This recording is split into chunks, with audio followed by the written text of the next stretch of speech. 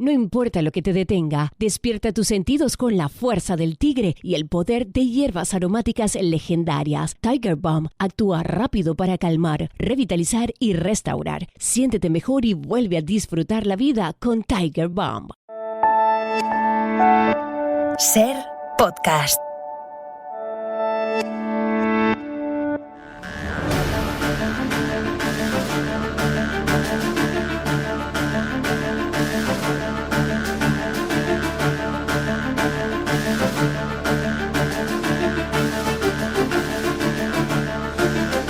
Continuamos en este programa especial de Ser Historia que estamos haciendo desde la Cámara de Comptos, un programa que les tenemos que agradecer el apoyo del Gobierno de Navarra y la propia Cámara de Comptos por habernos invitado aquí a compartir con todos nuestros amigos, con todos nuestros oyentes, un fragmento, ¿no?, de la historia de España, de la historia de Navarra, que es una región con vínculos quizás más directos con otros entornos de Europa, como Francia, que tiene un patrimonio absolutamente extraordinario, ¿no? Y queríamos precisamente en los próximos minutos hablar de ese patrimonio con dos invitados que yo creo que son de excepción. Susana Herreros, bienvenida a Ser Historia. Bien hallados. Susana Herreros es directora de Patrimonio del Gobierno de Aragón y nos acompaña también Javier de Aragón. De Navarra. De Navarra. Llevo todo el rato pensando, voy a decir Aragón porque me sale Gobierno de Aragón de forma natural, igual que cuando voy a Castilla-La Mancha me sale Castilla y León, no, Gobierno de Navarra.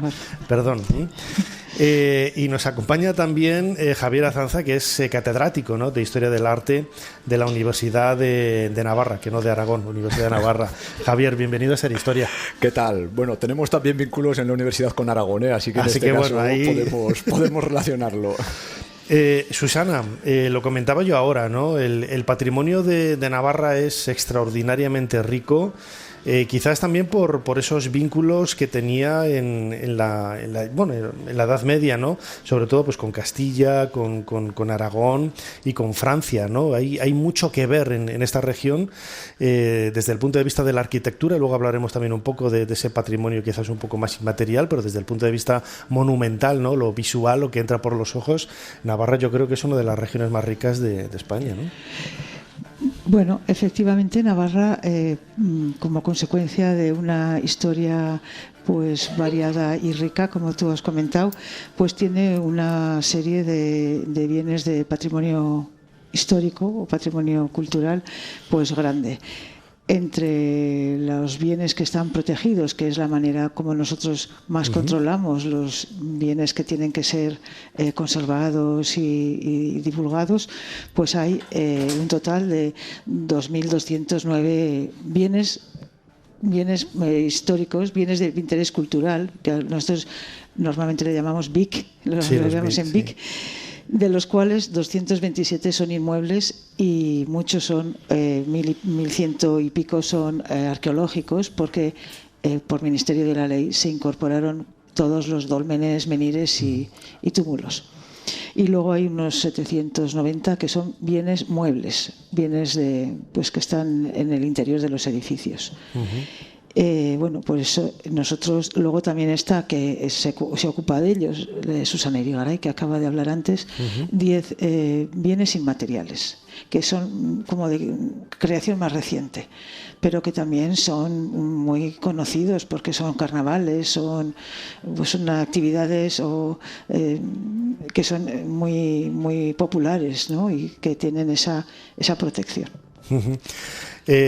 Javier, yo lo comentaba ahora, ¿no?, ese vínculo que hay tan fronterizo, ¿no?, y que Navarra también perteneció a Francia en parte de su historia, es lo que hace que, por ejemplo, claro, nosotros, yo que soy de León, ¿no?, en Castilla y León, ahí tenemos románico, ahí tenemos gótico, pero el protogótico, por ejemplo, que hay aquí en Navarra es infinitamente mejor, ¿no?, entre comillas, ¿no?, por ser un elemento directo, un puente directo con ese origen medieval francés, ¿no? El tipo de arquitectura que vamos a encontrar aquí en Navarra no lo vamos a encontrar en otros lugares de España. Sí, indudablemente, como dices, estamos ante una zona, una tierra que es una encrucijada, y en ese sentido evidentemente recibe influencias de todos los ámbitos, y desde luego la influencia que proviene de Francia es fundamental, tanto en esas formas arquitectónicas, lo cual no quiere decir que no haya también a su vez formas propias, autóctonas, que en ocasiones se mezclan con esa influencia que viene y que, como dices, afecta a todos los ámbitos, porque afecta a la arquitectura en esas formas que luego derivan hacia otras que, como digo, reciben también otras posibles influencias, pero incluso en escultura, como lo podemos ver en la escultura románica, incluso en la escultura gótica, influencias de todo lo que puede ser la imaginería medieval mariana, que proviene de la escuela languedociana, o en el propio sepulcro de Carlos III y doña Eleonor, que tenemos aquí en la catedral. Por lo tanto, estamos hablando de que, en efecto, sobre todo en ese periodo del románico y del gótico, toda la influencia que proviene del norte de Francia es una influencia muy notable y que desde luego se deja sentir en todas las manifestaciones artísticas, incluso también a nivel de esmalte, y desde los grandes centros de producción hasta las localidades menores tienen de alguna forma esa llegada de esa influencia a través de distintas vías, sobre todo de algunos artistas que recalan aquí. Susana, ahora comentaremos, ¿no?, con Javier algunos de esos exponentes máximos, ¿no?, de quizás de la arquitectura medieval, de la arquitectura gótica que hay en Navarra. Pero imagino, ¿no?, que será difícil, combinar un poco, ¿no?, la conservación de todos esos monasterios. Hay un montón de monasterios cistercienses, ¿no? Está el propio castillo de Olite también, donde estuvimos hace una temporada haciendo un programa de Ser Historia allí, ¿no? La catedral de Pamplona, con todos sus cambios y parches, ¿no?, a lo largo de la historia, pero ese núcleo inicial del siglo XIV tiene que ser complicado, ¿no?, intentar buscar una solución para poder mantener todos esos monumentos y, sobre todo, abiertos al público, que se gestionen de la mejor manera, ¿no? Sí, es complicado, pero bueno, en eso también Navarra ha sido pues una comunidad muy responsable o que ha tenido mucho empeño en conservar y mantener sus monumentos siempre bien conservados, valga la redundancia. Desde la Comisión de Monumentos que se creó en otras comunidades, en otras regiones también, a finales en la segunda mitad del siglo XIX, luego su heredera, la Institución Príncipe de Viana, que estuvieron las dos alojadas en este edificio. Sí, pues, y ahora la heredera, el Servicio de Patrimonio Histórico, siempre han tenido pues unas unidades o unos técnicos encargados de la conservación y restauración de monumentos. Ha sido una labor importante en Navarra de siempre. Recientemente hemos terminado, dentro de los edificios cistercienses que comentabas, pues la restauración del Monasterio de la Oliva, del interior de la iglesia, una magnífica iglesia cisterciense. Muchos de los edificios que son los principales están, claro, lógicamente vinculados al Camino de Santiago, que es patrimonio mundial. Y en ese Camino de Santiago pues es también, aparte de ser una ruta de peregrinación espiritual, pues es también un camino de entrada de ideas y de novedades. Y cuando hablamos de Francia, pues sí, estuvo muy vinculada a la corona francesa, pero también tuvo mucha relación con Inglaterra, en Navarra, y tuvo mucha influencia de artistas y también incluso del ceremonial y del boato de los reyes, y sobre todo de los del siglo XIV, que miraron mucho a las ceremonias que hacía la corona inglesa. Que la corona inglesa, ceremonias que la siguen manteniendo actualmente. La ceremonia de coronación de Carlos III, el actual de Inglaterra, no el de Navarra, es igualita que la medieval, de la ceremonia medieval, con el mismo rito y las mismas, la unción y todas las partes que componían ese ceremonial de coronación desde la Edad Media. Es curioso, ¿no? Javier, ¿no? Ahora Susana comentaba ese monasterio cisterciense, muchos de ellos del siglo XII, ¿no?, como el de la Oliva, está también el de Iranzu. Son muchos enclaves mágicos, ¿no?, me atrevería a decir, que hablan un poco de esos contactos con Europa y cómo llegaban las ideas, ¿no? También es muy importante ver en el desarrollo casi se puede ir viendo que como se van adentrando en la península, van dando un pasito más, ¿no? en innovación, en creación, a medida que esas ideas llegan desde Francia, ¿no? De otros lugares de Europa, ¿no? Sí, sin ninguna duda. Aparte de todos los elementos locales que hay, por supuestísimo, claro, que está muy bien la influencia, pero hay muchos elementos locales, propiamente locales, ¿no? Sí, tienes razón, y en ese sentido además es muy interesante, como comentabas, en esa idea de influencias y de cómo van evolucionando, detectar casos en los que encuentras un poco el núcleo, el origen de la primera construcción con esa influencia venida de fuera en Navarra, y cómo dentro de la misma zona se van produciendo pequeñas variantes que nos hablan de cómo ese tipo que ha llegado va evolucionando, y por lo tanto eso habla en efecto de esa influencia que se recibe, pero que se va a su vez modificando y que va manteniéndose con vida.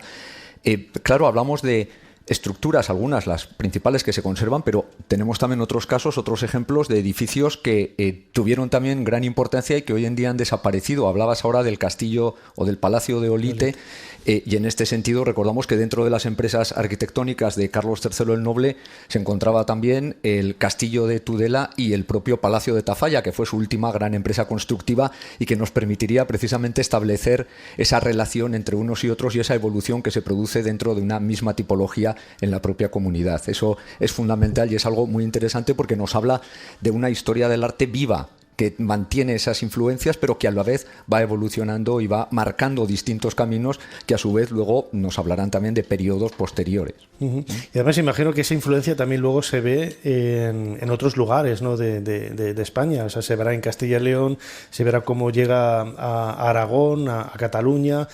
También hay muchas influencias, ¿no? Por parte de Aragón, porque pensamos, ¿no? que Navarra pues tiene frontera, ¿no? con todos estos reinos medievales. Todo ello se refleja en el patrimonio, ¿no? En la arquitectura medieval, gótica y románica antes. Sin duda.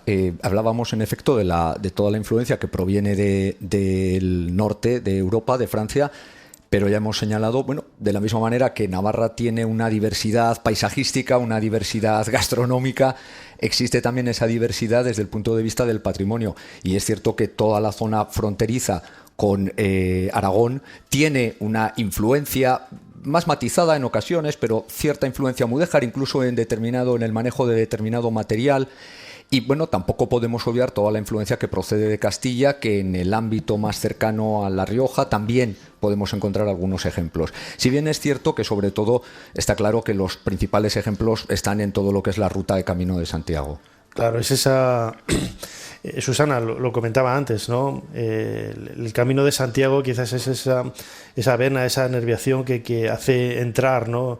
Miles de peregrinos con ideas nuevas, con guiños nuevos, con inquietudes también nuevas, y todo eso se ve perfectamente reflejado en el arte, ¿no? De alguna manera el Camino de Santiago es parte de ese patrimonio inmaterial, ¿no? De lo que yo comentaba antes, es algo intangible, es algo que no puedes tocar, pero sabes que está ahí, ¿no? Era una ruta, era algo importante. También en ese patrimonio entra también el patrimonio inmaterial como uno de los elementos más atractivos también para su investigación y también para el turismo, para compartirlo y sobre todo para que los propios navarros, ¿no? disfruten de su propia identidad, ¿no? Sí, claro. El patrimonio inmaterial es importante y cada vez está tomando más fuerza.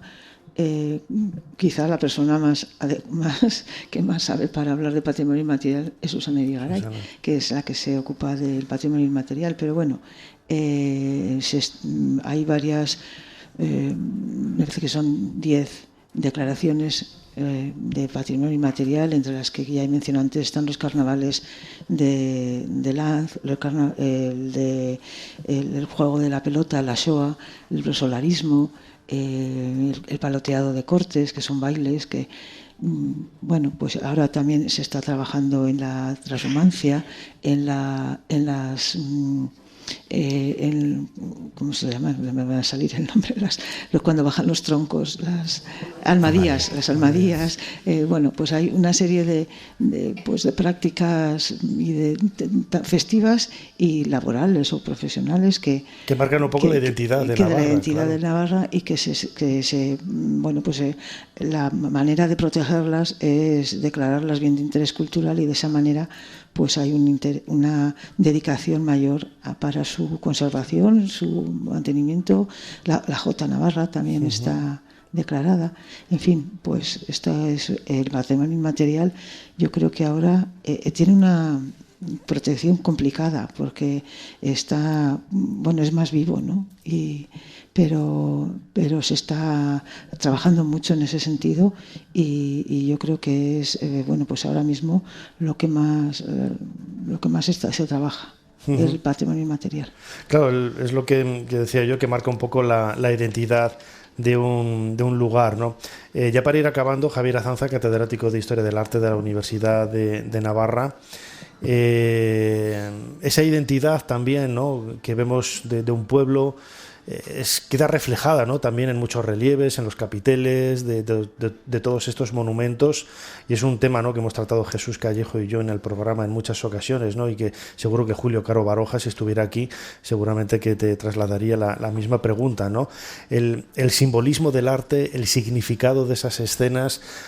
Hoy podemos interpretarlas, ¿no? Pero claro, no somos hombres y mujeres del siglo XIV, del siglo XV, que ellos seguramente lo verían de una forma diferente, ¿no? Yo recuerdo, esta anécdota lo he contado muchas veces, ¿no? Cuando yo estudié en la Universidad de Valladolid, en las clases de Historia del Arte, yo hice allí Historia Antigua, claro, muchas veces la descripción de los cuadros, que si Felipe II tiene aquí una espada, una armadura, un arcón, digo, eso ya lo veo yo, pero ¿por qué pone este arcón? ¿Por qué pone esta armadura? ¿Por qué pone todos esos elementos que son parte del lenguaje, ¿no?, del lenguaje artístico? Y como todo lenguaje está transmitiendo un mensaje, ¿no? ¿Se puede leer todos esos códigos que todavía quedan en muchos de estos monumentos que vemos, por ejemplo, ahora que estamos aquí en Navarra? O muchas veces especulamos, ¿no?, con todo ello. No, efectivamente, el arte se trata, hay una primera aproximación que es la formal, como decías, la de Felipe II va con una espada o está sentado. Algo meramente descriptivo. Pero claro, yo a los alumnos les digo, cuando estamos viendo a Felipe II con la espada o sentado, que se pregunten el por qué está sentado o por qué con la espada. Es decir, buen profesor. Bueno, eso los alumnos lo dirán, y más ahora que estamos en exámenes. Pero en este caso, bueno, de lo que se trata es de tratar de decodificar este tipo de imágenes. Y por lo tanto, en efecto, hay una serie de elementos que nos ayudan a entrar más allá de lo meramente formal. Sí que es cierto que, como decimos en alguna ocasión, para poder llegar a fondo necesitaríamos una máquina del tiempo. Porque sí que podemos decodificar esas imágenes, pero no podemos olvidar que el arte no es sino el reflejo, la proyección de lo que es un periodo con unas circunstancias, con un contexto político, social, religioso, de mentalidades, y que eso, por desgracia, sí que no es posible el reconstruirlo como tal, sí que a través de estudios, pero no podemos vivirlo, y el arte en ese sentido hay que vivirlo también. Por lo tanto, tenemos hoy en día mecanismos, herramientas para llevar a cabo una aproximación que de alguna forma sí que nos hagan el entender el porqué esas imágenes y cuál es el significado último. Pero necesitamos de ese contexto que es el que en última instancia nos llevará a poder profundizar en lo que es la historia y las imágenes de arte, entenderlas en su momento, sin ninguna duda. Bueno, yo claro, un poco, Susana, claro, sí. Yo creo que el arte tiene en casi todas las épocas un argumentario propagandístico grande. Es decir, sirve de vía de propaganda del mecenas o de la persona que encarga, o de la institución que encarga esa obra. Entonces, bueno, pues casi nada es aleatorio, casi todo tiene un porqué. Y efectivamente son los profesionales de la historia del arte los que lo desentrañan, pero hay que entender que muchas veces que el arte es el cauce propagandístico del momento. Desde luego que sí, es a mí uno de los aspectos que más me interesa, ¿no? Intentar, porque no deja de ser, como decía ahora, la proyección de una sociedad, un lenguaje con el que transmites una serie de mensajes. No son elementos decorativos, no ponemos aquí esta figura porque queda bonito, que también, pero hay que ver un poco más allá, ¿no? Por qué se pone esa figura ahí y no en otro lugar. En cualquier caso, el patrimonio de Navarra, que es el que hemos querido presentar un poco aquí grosso modo en este último bloque, es fascinante, ¿no? Merece la pena acercarse a esta región tan maravillosa, con tanta historia, con tantas conexiones y con tantos puntos en común, ¿no? Con otros pueblos y regiones de España. Susana Herreros, directora de Patrimonio del Gobierno de Navarra, muchísimas gracias una vez más por habernos ayudado a hacer un poquito más de historia. Pues a vosotros por traernos aquí. Y Javier Azanza, catedrático de Historia del Arte de la Universidad de Navarra, lo mismo. Muchísimas gracias por habernos ayudado a hacer un poquito más de historia. Pues muchísimas gracias y hasta la próxima. Gracias. Suscríbete a Ser Historia. Todos los episodios y contenidos adicionales en la app de Cadena Ser y en nuestros canales de Apple Podcast, Spotify, iVoox, Google Podcast y YouTube. Escúchanos en directo en la Ser los domingos a la 1:30 de la madrugada. Cadena Ser. La radio. No importa lo que te detenga, despierta tus sentidos con la fuerza del tigre y el poder de hierbas aromáticas legendarias. Tiger Balm actúa rápido para calmar, revitalizar y restaurar. Siéntete mejor y vuelve a disfrutar la vida con Tiger Balm.